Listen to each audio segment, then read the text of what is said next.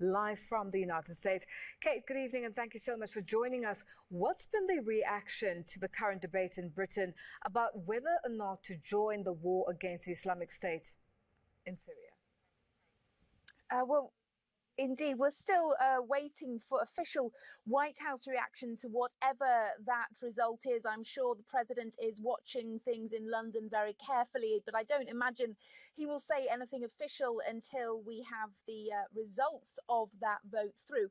However, it is fair to say that people here in Washington, people at the White House, will be hoping that that vote is a yes vote. They are really looking to their allies in Great Britain to give them the support they want and need in these airstrikes in Syria. It's not just a military form of support that they're looking for. Yes, that extra military hardware is always welcome, but it's also that kind of moral support, if you like. They want to broaden this coalition. They want to make it as strong as possible. President Obama and President Hollande, both of France, both saying that the more countries and the more support they have, the stronger they are, and the more they believe they will be able to make some kind of significant difference in the fight against the so-called Islamic State. So the White House will be watching very carefully events in London, hoping that that special relationship between the UK and the US can continue as they would hope, and hoping that they will be joining those airstrikes in Syria in the next few days. Now, with regards to that, what will be the situation with Russia now, with the alliance coming together and working against ISIS in Syria? Where does that put Russia? Is Russia going to be a part of it? What's the situation there? Are they also waiting for a decision on this vote? Well, the big thing with Russia is that the Americans certainly say, President Obama says he welcomes any input in his coalition that he's leading in the fight against Islamic State, and he would welcome Russia's input in that. They have considerable military strength. His concern is that Russia's intentions in Syria are not the same as the American-led coalitions. He believes that Russia is in Syria to try to support forces trying to support President Bashar al-Assad and combat the forces who are rebelling against him. And he believes that President Assad is part of the problem and needs to be removed, whereas Vladimir Putin believes President Assad is part of the solution. And President Obama says until Russia changes its tack in Syria and starts combating the Islamic State forces as they have been promising, it's not until then that Russia will be welcomed alongside in the US-led coalition. So, yes, I'm sure the Russians are watching the votes in the UK closely as well, but this is really the Americans that want to see that their old ally Britain will be joining them in this fight. Now, Kate, let's speak to the amount of time that it's taking for this vote to take place. It's been 10 and a half hours and the debate is continuing. We don't know when it's going to end. We don't know when the decision is going to come through. And the opposition leader, Jeremy Corbyn, is definitely against this decision if the UK decides to vote in favour of the, if Parliament decides to vote in favour of the UK joining in the fight against IS in Syria. What does this mean for David Cameron as a Prime Minister? We've seen sort of a downfall, so to speak, of Tony Blair when he was in a situation like this a couple of years ago. What does this mean going forward for the current Prime Minister of the UK?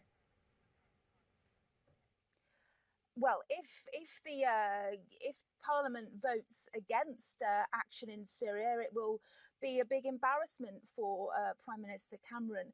He will be seen to not have the feeling of the country behind him, and it will be yet another blow to him. In 2013, he went to Parliament and tried to suggest airstrikes in Syria. Then that was in response to allegations that Assad's government had used chemical weapons on its own people. The US, President Obama had wanted to start military action there and asked for the UK's help. The UK, David Cameron put it to a vote in Parliament and he was voted against, and it was a huge embarrassment to him and the coalition coalition government. So he will be hoping that that doesn't happen again. It was an embarrassment. However, it also has implications for the Labour Party, as you say.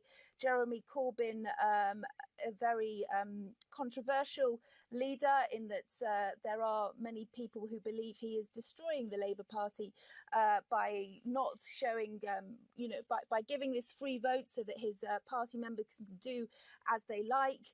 And there are lots of Labour MPs who actually agree that airstrikes should go ahead. And so there is deep divisions within the Labour Party. So certainly the response, the result of this vote tonight in London will have big implications, not just for the US-led coalition in Syria, but also for domestic British politics.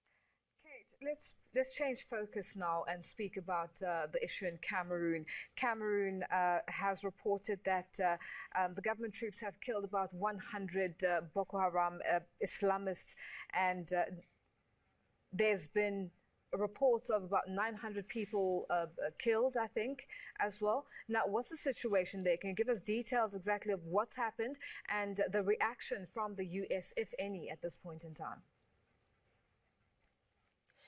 Yes, well, it was an incident on the Cameroonian border where 900 Boko Haram hostages were freed by this multi-agency force.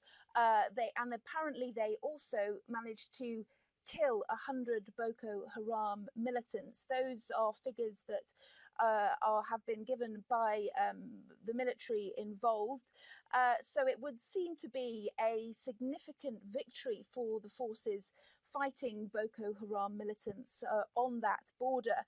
Reaction here in Washington, we haven't yet heard from the State Department, the US State Department, who would usually comment on these things. Their briefing is taking place as I speak to you now, their daily afternoon briefing, where we do expect to have some kind of reaction.